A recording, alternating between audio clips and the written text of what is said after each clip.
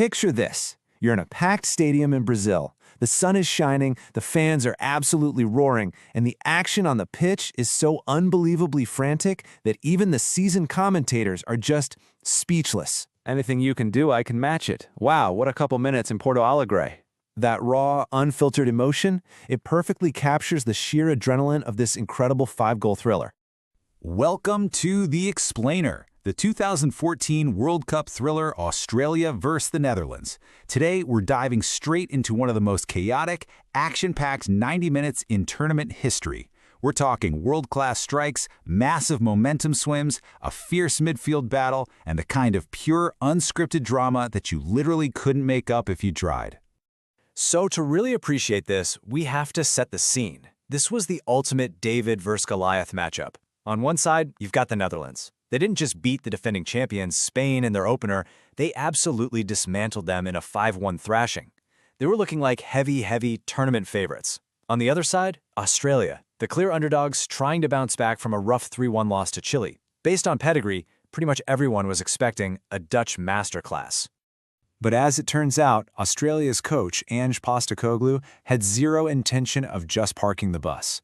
He wanted the world to look past those early goals they gave up in Game 1, basically saying, hey, judge us on our performance in the last 70 minutes against Chile. And wow, they backed it up. Right out of the gate, they deployed this relentless high press, completely disrupting the Dutch midfield and immediately putting the heavyweights on the back foot. The tension was really building, and then we hit the 20th minute. This was the moment where it felt like reality was finally catching up to the pre-match predictions.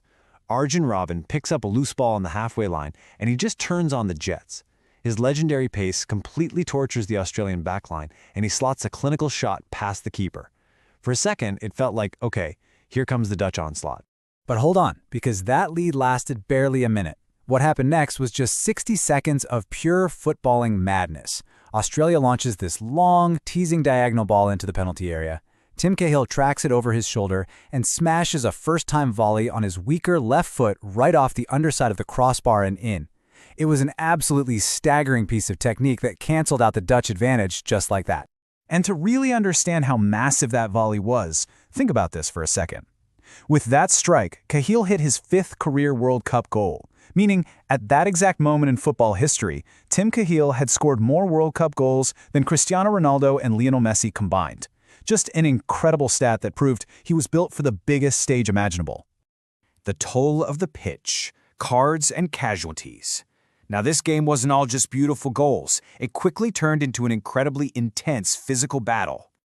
Both teams were fighting tooth and nail, and the casualties started piling up. Dutch defender Bruno Martins Indy took a heavy hit in a clash with Cahill and actually had to be stretchered off. Cahill got a yellow card for that, his second of the tournament, meaning he'd be heartbreakingly suspended for Australia's final game. Robben van Persie picked up a yellow too, earning his own suspension. But crucially, that injury to Martins Indy forced the Dutch to make a tactical sub right before the half, bringing on a 20-year-old kid named Memphis Depay. Keep him in mind. Fast forward to the second half, and the drama just keeps escalating.